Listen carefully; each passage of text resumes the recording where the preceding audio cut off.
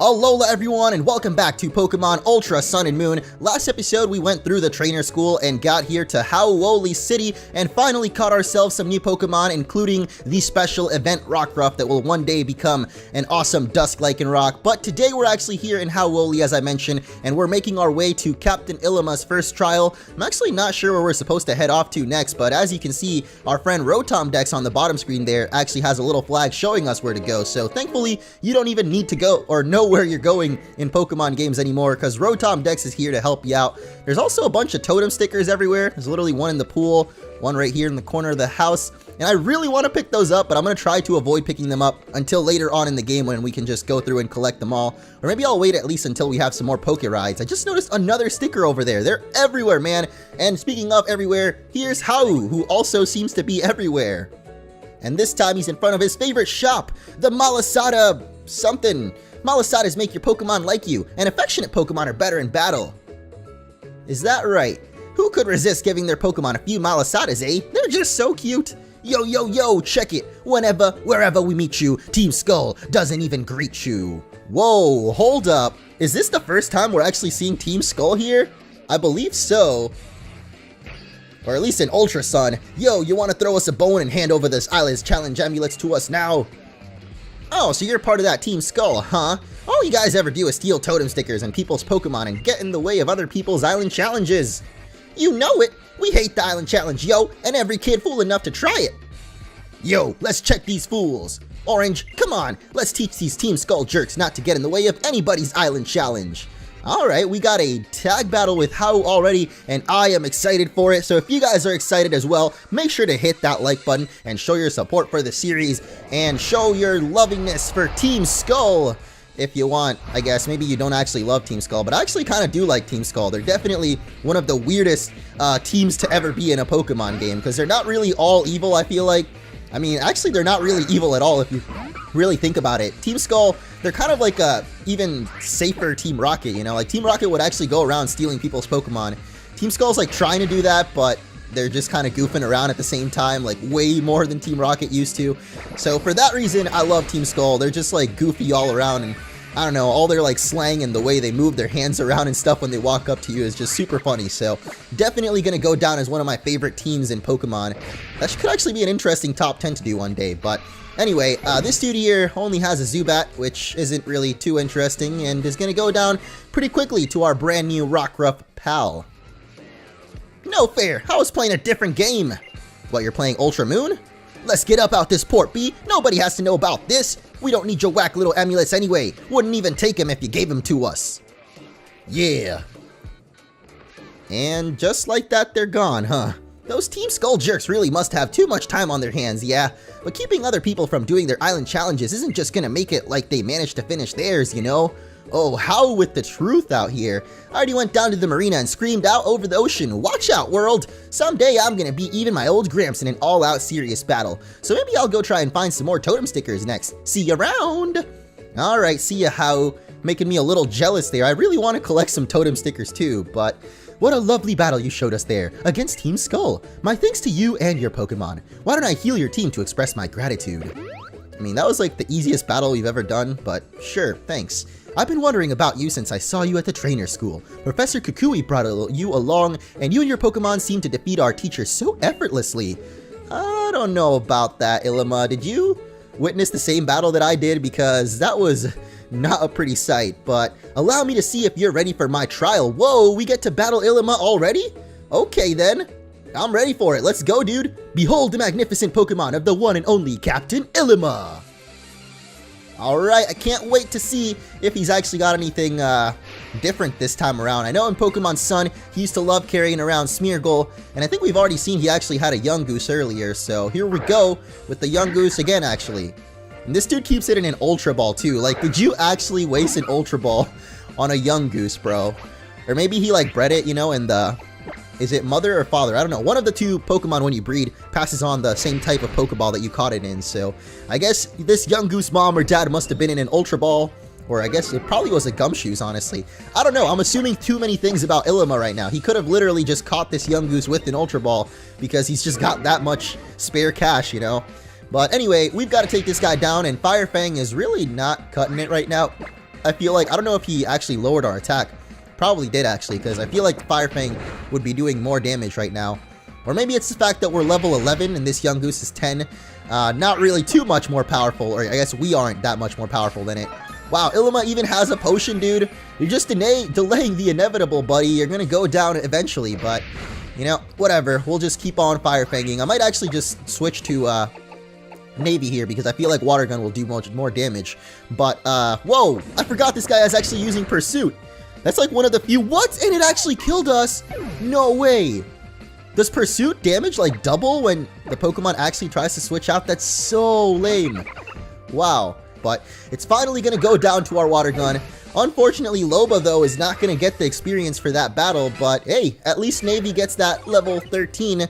By the way, I don't know if you guys may have seen or noticed my comments last night on the previous episode or on Twitter, but I did actually have a lot of technical difficulties in between these episodes, so I meant to upload a couple of more yesterday. Of course, if you're watching this later on, like not when the video actually came out, then none of this probably matters. But what does matter is that this Leafage, or this Smeargle, actually has Leafage, and it hurts quite a lot. So I think I'm going to just play it better safe than sorry here and just go for a potion, you know. Ilima already used a potion of his own, so I don't really feel that bad, but anyway, I was having a lot of technical difficulties. As you may have seen in the previous episode, my capture card was disconnecting a little bit, and I actually got a new cable for that, so it should be all good. But unrelated to that, actually, what the— are you kidding me? A critical hit with Leafage, bro? Okay, there's no way that this little Zorua, that I didn't actually intend to be a party member, but I guess now is being forced into the action. I don't think this Zorua can do it, but you know, we're gonna have to try at least, because, oh my goodness, how did that tackle do so much, bro? You're kidding me. If that tackle didn't even— we actually could have done it with Zorua if that tackle didn't do so much, but— oh my gosh, wait, never mind. We live with 1 HP? What? Zorua, the hero right now. Oh my gosh, this is insane. I don't know how that just happened. I feel like this is all because of my intro. I said that we weren't going to lose any more Pokemon battles, and it came down really close, but we actually came out victorious. Wow. That is probably one of the luckiest Pokemon battles I've had ever right there. You, or should I say your Pokemon, make quite an interesting team. Or both of us do. I do hope you'll come to Verdant Cavern and attempt the trial of Ilima. You can get there from Route 2. The Rotom Dex of yours will show you the way. I bid you Alola. Oh, that's right. Alola does mean goodbye and hello, I guess. I also finally figured out what mahalo meant. I don't know if I talked about that last episode, but I think it means thank you in Hawaiian, if Hawaiian is the name of the language. Actually, I feel like it is, but now I'm not sure for some reason. But hey, there's another totem sticker. I'm seriously so tempted to pick all of these up because they're literally everywhere. I feel like we've already seen like 15 or 20 of them. I guess our next order of business is going to be heading off to Route 2 and to Ilima's trial officially. So let's just go explore a little bit more of Hau'oli before we head off there. We've got the marina down here, of course. I feel like the marina actually used to be a separate area. Like you actually had to do a little loading screen to get here, but I guess not. Maybe it was always like this in Sun and Moon. But over here we can get an X defense, I guess, from this girl. And there's also like 2 more totem stickers. So seriously, they are everywhere. If you guys are playing along and want to, you know, grab some totem stickers while you're at it, I guess it wouldn't really hurt. The only reason I really don't want to pick them up is because it would be a lot more convenient to pick them all up at once later on to do like a guide video or something. But, you know, I might eventually break and start picking them all up. Let me know what you guys think in the comments. Should I actually be picking up these totem stickers or not? Because I guess if I did start collecting them now, if you guys don't know, the reward you get for these stickers are actually— well, I don't know if I should spoil it or not. I feel like I shouldn't, but let's just say it's a pretty giant and worthwhile reward that you'll get.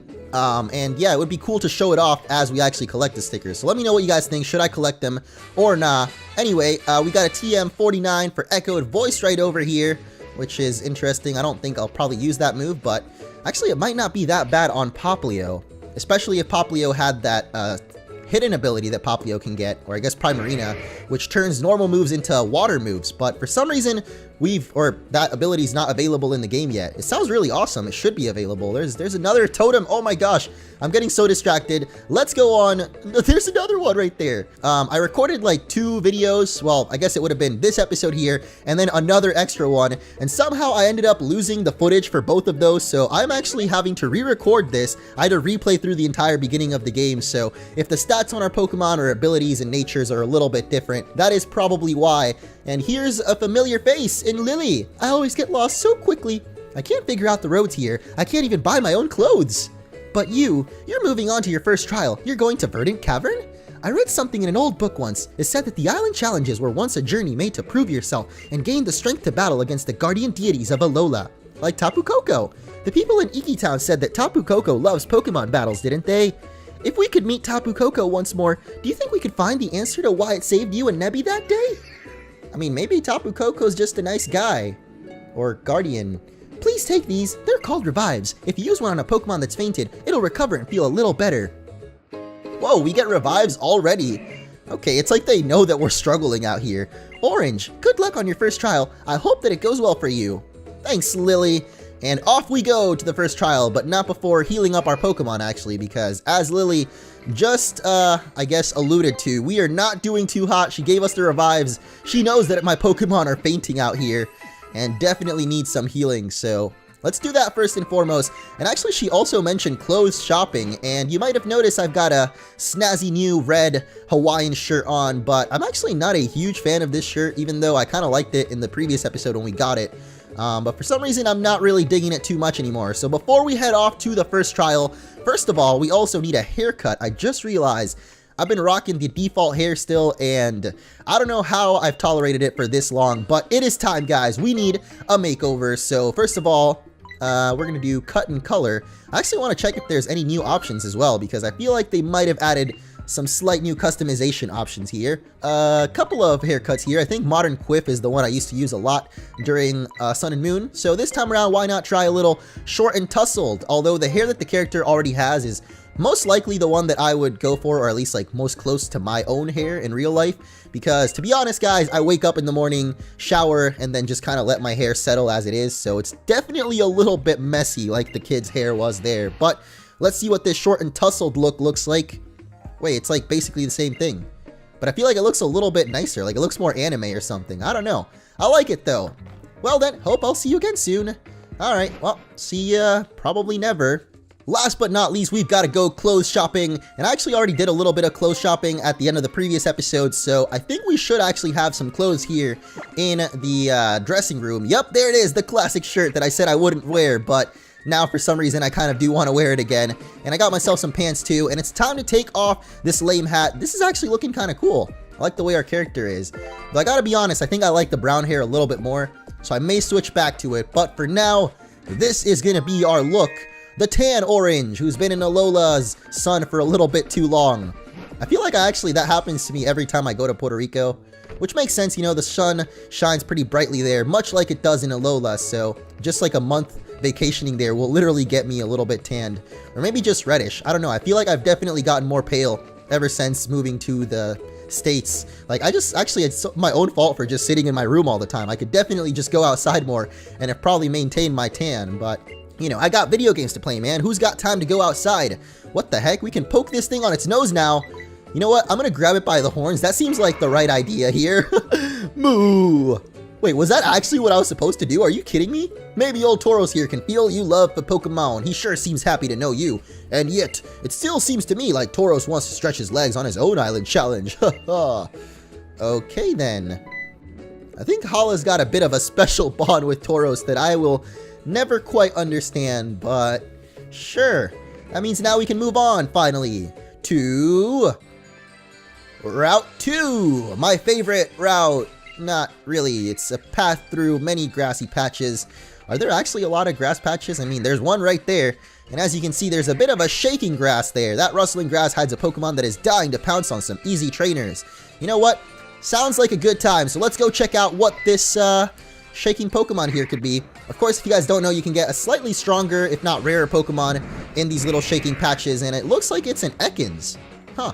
Kind of cool because we just battled the Ekans actually last episode in the trainer school, and this is definitely a Pokemon that wasn't around in Alola the first time around, so already we're seeing quite a lot of variety here in Ultra Sun, although it's not really the variety I guess people, well, I was kind of expecting this. I don't know if everybody was, but I feel like with Ultra Sun and Moon, we haven't had like a, I don't really want to call it a third, but like, you know, a, what is that called? A definitive version? I'm talking about, of course, like Pokemon Emerald, Pokemon Platinum, Pokemon Crystal, where they make a third game, you know, after the main two, where it's like a slightly improved version. So we haven't seen a game like that basically since Pokemon Black and White 2.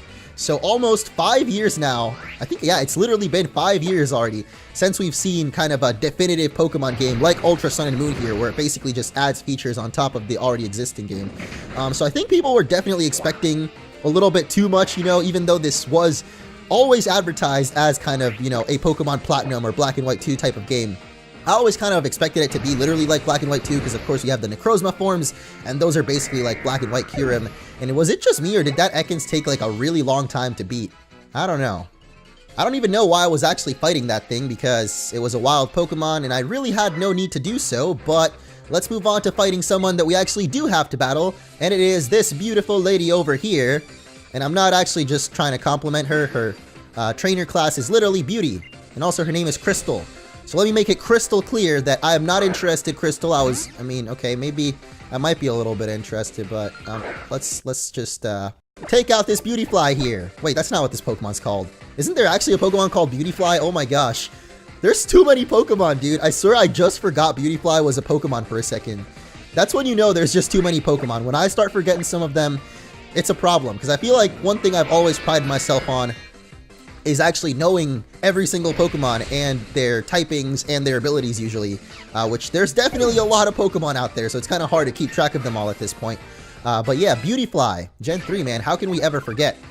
Anyway, going back to my little, I guess not really rant, but discussion on Ultra Sun and Moon overall, I feel like people's expectations may have been a little bit too high for these games. Like, they thought it would literally be a brand new generation, and that's kind of understandable because, like I said, the last 5 years we've basically been spoiled with brand new Pokemon games every year, or at least a new region every year. You know, we had Kalos, then Hoenn remake, and then Alola back to back to back. So now that we're back in Alola for another year in a row, I think a lot of people just kind of weren't ready for it, you know, in a sense. They were like expecting a lot of new stuff, a lot of new content like we have had in the last few Pokemon games, but instead we got Ultra Sun and Moon, which, I mean, like I said, I kind of expected it, so I'm actually really enjoying the game because I feel like it is really like the perfect version of Alola. You know, we've got a whole bunch more Pokemon in here, a lot more variety from all the generations. We've got, I think, almost all the Mega Evolutions, at least in the post-game. So many legendaries to encounter, Ultra Beasts, and just a lot of fun stuff to do. As well as a lot of changes that they actually did for competitive battling, which we may actually be seeing a little bit of those changes later on in this episode. But we got to get through this Drifloon here first, and for some reason, Rockruff is not only paralyzed, but also missing like every bite here, and it sucks, because I don't think Gust actually like lowers your accuracy or anything, so I don't know why we were missing so many of those, but thankfully we finally hit one, and oh, it's Minimize! Why did I not pay attention to that? I probably should have expected it was something like that. But hey, Loba hitting 2 bites in a row. I love it. I actually kind of forgot about Aftermath though, so that's not quite as good. But you know, this actually does give us a chance to play with Loba in Pokemon Refresh for the first time. And I know I've been talking a little bit, excuse me, about Pokemon Refresh as well. But we actually haven't checked it out apparently. Oh wait, never mind. It's because, like I mentioned, guys, I did have to replay through the beginning of the game. So even though last episode I did play with Poplio in Refresh, you know, this is technically a new save file. So, oh, and actually I'm playing on a cartridge now. I had downloaded the game from Japan before, and you can actually set it to English either way. So, pretty cool stuff that they do that nowadays. So you can actually download the game early if you want. Even though it's only like a couple of hours early, but for Pokemon, a couple of hours can seem like an eternity. So having the games a little bit earlier was definitely nice. But over here we've got Guzma's house, I believe.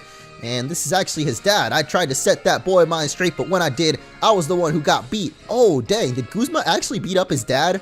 I know these golf clubs here, it says that a lot of them are broken and bent, so I don't really want to assume what was going on in this household, but let's just say that maybe Guzma joined Team Skull for a bit more of a reason than maybe we expected. You know, like he's not just a rowdy kid who wants to rebel against his parents. Like maybe his parents actually did do a bit of messed up stuff to him. I don't know though. I'm just, you know, putting one and one together there with the dad talking about that. And the broken golf clubs, you know, kind of feels like something was going on there. But anyway, over here we've actually got the Howoli Cemetery, which I'm not sure if I really want to explore just yet. But you know what? I guess we might as well. What the heck? Why not? The cemetery doesn't really have too much, but there's definitely some more trainers in here to train off of, if that makes sense. I mean, they're literally trainers. It's kind of weird because you always think like they're called trainers. That's just what, you know, the profession is. Wasn't I discussing this last episode? How like, you know, you can only, or you become a Pokemon trainer at 10, but it's like a full-on career. Like if you're gonna be a trainer, you basically can't be a doctor or anything because it's gonna take up all of your time. And I don't know if that really makes sense, but here's a Ghastly, and I'm gonna try to, oh, nope, I guess I'm gonna get Hypnosis. That's amazing, because I literally just healed up Loba from paralysis. And wait, I just realized that this Loba's not nicknamed. I don't know how it took me so long to realize that my Rockruff actually isn't nicknamed. I don't know how I messed that up, but that sucks. I guess we're gonna have to wait now until Hia City. I think that's where the name Raider is. I don't know if that's how you say the name of the city though, but you know, it's spelled something like that. I like to say Hee City because it just sounds funny, but I think it's Heya. Anyway, here we've got quite a special trainer. This is Pokemon breeder Ikue, and as you'll see from her Pokemon in just a second, she actually uses Pikachu, who actually says its name. I was about to say it, but then he literally interrupted me saying it too, so it's kind of cool. But this lady actually, if you don't know, is a reference to the voice actress of Pikachu, and that's actually why she uses this Pikachu. I thought that her name was really weird, like Ikue, especially for a Pokemon trainer. You know, usually they give him pretty generic names, not to offend anyone with, you know, generic names, but usually it's something like Youngster Joey, you know, or Hiker Dude Man.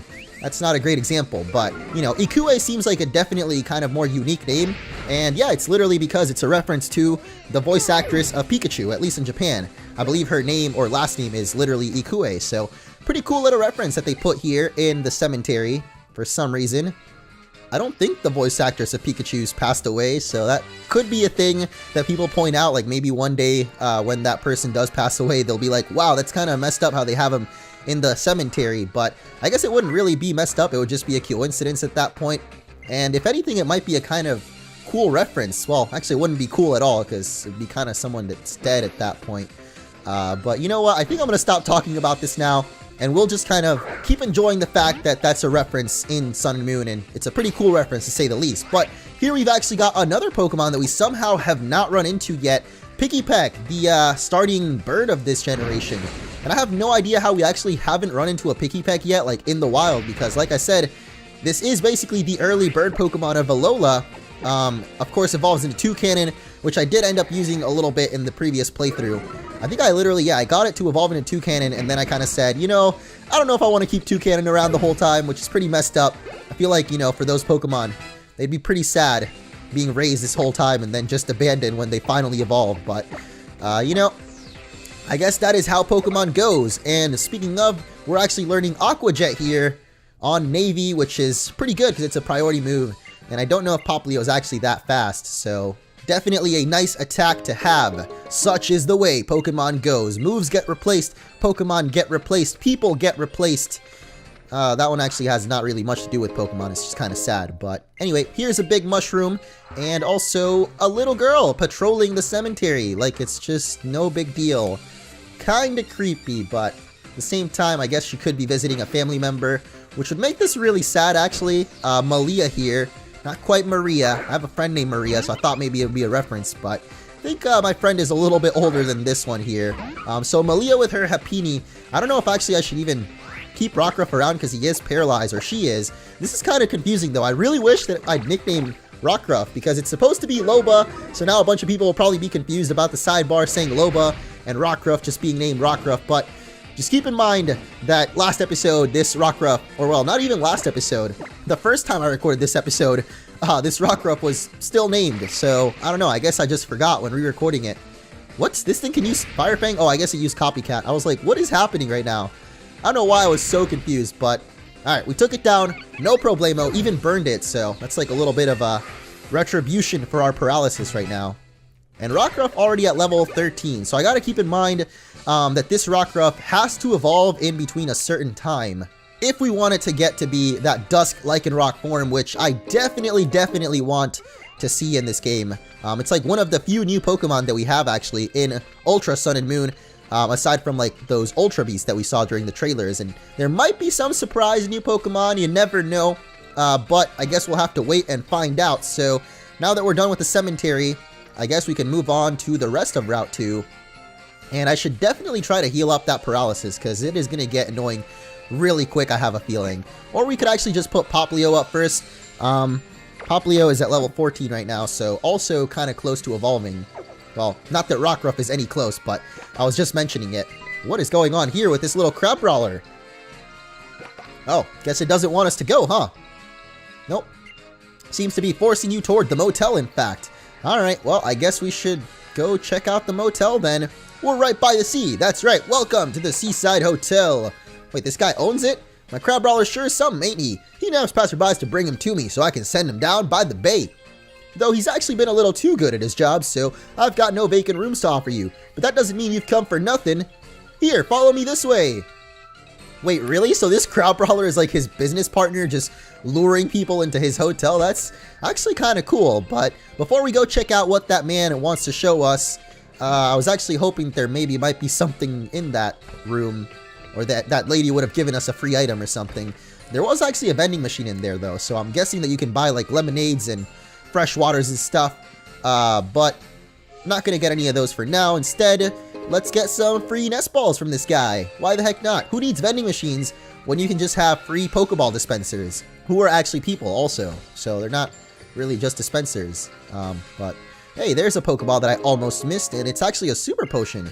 A little bit better than those regular old potions we've got right now. But whoa, this is actually a whole new area over here. And is this actually what I think it is? Alola trial goer, have you ever seen a surfer before?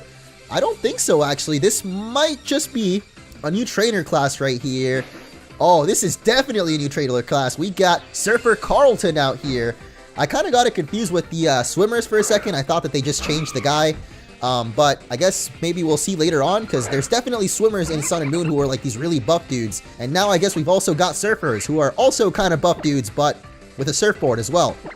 And I've just noticed that surfboard actually, I feel like the design of it, the little pattern I guess, is based off of that one fish Pokemon from Alola.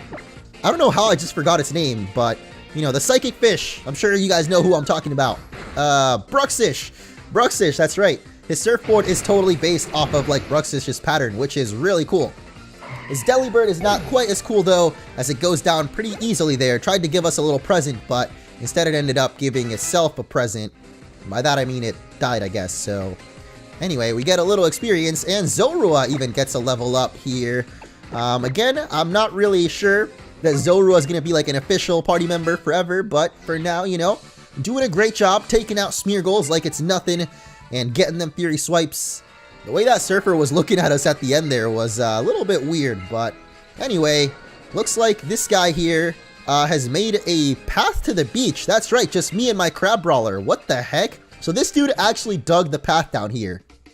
So he is the sole man we have to thank for this amazing new feature that is exclusive to Ultra Sun and Moon. Welcome to Big Wave Beach.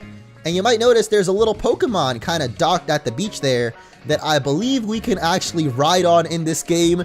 And I've been waiting for this moment for so long. Oh, never mind. I guess we can't really. Oh, can maybe this person help us with it? Hey, little cousin, welcome to Big Wave Beach. You've come to exactly the right place if you're looking for some Mantine Surf. Mantine Surf is just what it says on the box. You climb up on the back of our Mantine, and then you surf. Surfing is the best sport, where you can enjoy traveling across the waves. Are there any other sports where you can do that? Youngsters like yourself who want to get into Mantine Surf have to toughen up and show that they can really handle it. First, surfing is a bit of a dangerous sport, to be fair. Come back when you're as tough as a real kahuna, okay?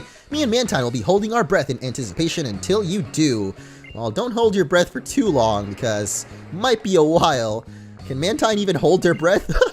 That's true. I think they can just breathe underwater, ladies, so you might be a little bit, crazy there. I don't even know. Alola's famous for Mantine surfing. You can enjoy some epic waves here. Oh yeah, I can't wait to actually enjoy those epic waves, but as the lady just said, we can't be up there in the ranks of Big G and Samson until we actually, I guess, defeat the first Kahuna. So probably until after our first battle with Hala. I'm guessing then we'll be able to ride on the Mantines, but I cannot wait. It's actually one of the few, like, completely new features that they added in this game. And whoa, what the heck? Look at how the camera angle changes here. That's so cool. You get a full view of the Alolan sky. Anyway, remember how earlier I mentioned that they actually made some updates to competitive battling as well? Well, here is actually what I was talking about, because we have some new move tutors who will take battle points and exchange for teaching your Pokemon some awesome moves. And we've got Bug Bite in here already. We've got Last Resort, Shockwave. Those are all pretty good. Low Kick, actually. Defog, yo! That is actually pretty good for competitive battling, that you can literally just get Defog as a move tutor. That's something that I know a lot of people have been wanting for a while. And again, that's why I love to compare this game to Pokemon Black and White too, because they definitely also had some crazy move tutor things. Wait, beach points or battle points? What do BP stand for anyway, huh? Anyway, you want to get some stuff? Yeah, why not? I actually don't even know what this girl gives us, but oh, I guess you can get some items in exchange for battle points or beach points. I think it's literally the same thing, so whether you ride on the Mantine or actually do the battle tree, because I'm assuming that's still in this game, you know, earn yourself some BP and you can get those awesome rewards, but you'd better be ready for the Mischief Masters of Team Skull to do some Mantine surfing too. Wait, what? Team Skull is about to surf up? No way! I actually don't think they're about to, so Team Skull, you know you guys can't ride here. What's up with that? We look like kids to you or something? No, the real reason is... Yeah, the real reason? Every time you try, you keep up those ridiculous dance moves even on Mantine's back, and then you end up in the water.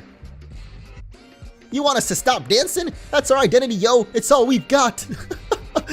Man, forget her, B. We're Team Skull. No one can stop us from acting hard-headed. Whoa, what are they doing? Somebody please help these numbskulls keep away from Mantine. Alright. Once again, we've got to step to the rescue. Somehow we've stopped Team Skull twice in this episode already. And this time, we got to stop them from doing whatever it is they were about to do to Mantine. You want to scrap, Tiny Trainer? A battle, yo? You might have beat us in Howoli, but we'll put our heads together to beat you this time, yo!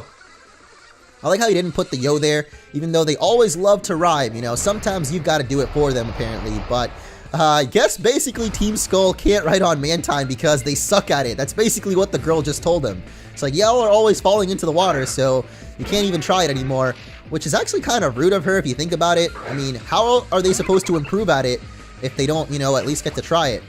Though, to be fair, she did say they just keep doing their dance moves while on the water, so maybe they're not actually trying to improve and probably just trolling with Mantine and stuff. So let's put an end to the trolling by taking down this Drowsy here. And I love the battle background here. It reminds me a little bit of, what's it called? Wherever you do Captain Lana's trial, the second trial, Brooklet Hill.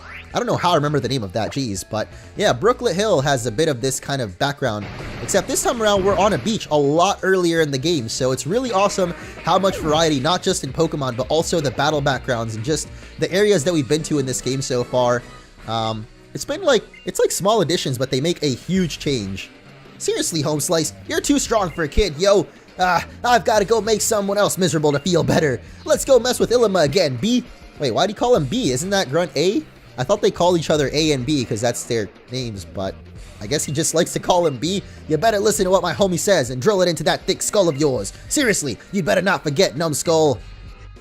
Why do they call us Numbskull when they're the ones that are literally Team Skull? I will never understand. Nice one, kid. Mantine won't be suggested to their terrible surfing skills thanks to you. Wow. She literally calls them out straight up. Like, they just suck at surfing. Just like I'd expect from a trial goer on the Island Challenge. You're a decent trainer. Why don't you take this from me? Ooh, a fresh water? Really? Do you think I'm that thirsty, lady? Like, really? I bet you could take on Captain Millima's trial. Well, the way you handed that battle, I guess. Even Kahuna Hala would probably say you're ready to take on all of Alola. If he says that you're ready, come back here and we'll get you up on Mantine in no time. Mantine in no time? I like that. The rhyming there is pretty nice, but I don't really think it was intentional. Anyway, she definitely clarified for us that there will be no Mantine surfing to be had until we've actually defeated Kahuna Hala, but thankfully that little crab brawler is gone now, so we can finally move on to the rest of Route 2. And this guy over here, what? My Murkrow just loves shiny sparkly things. Huh? I swear I thought that was like the berry guy, because there's literally a little berry farm right by where this guy is, and I thought he was actually the one that took care of the berry farm. I'm like, what? He battles now? What the heck? What happened to the berry farming, dude? Are you done? Or you just decided to give up and become a trainer? Because, you know, I would definitely recommend being a trainer. It sounds like a more fun job than farming berries, but, you know, to each his own, man. I'm not going to judge you. If you love berries, then, you know, I need some berries, so someone out there's got to get the job done for us, you know what I mean? Anyway, Murkrow here, not exactly the most powerful Pokemon out there, and wow, he actually has a full restore. What the? Where does this man get this cash? This is a level 10 Murkrow, bro. You know that, like, a super potion would have done the exact same thing, right? You weren't even, like, statused or anything. This dude is just flexing on us right now, just showing off that he can just waste full restores like that. Wow. What a guy, honestly. Gentleman Stanley. Even the claps, dude. It's like, wow. Everything about this man is just too much right now. I cannot handle him at all. So that is why I'm going to end off the episode here. Thank you all so very much for watching. Next time we will head off to the berry fields, and I will see you all then.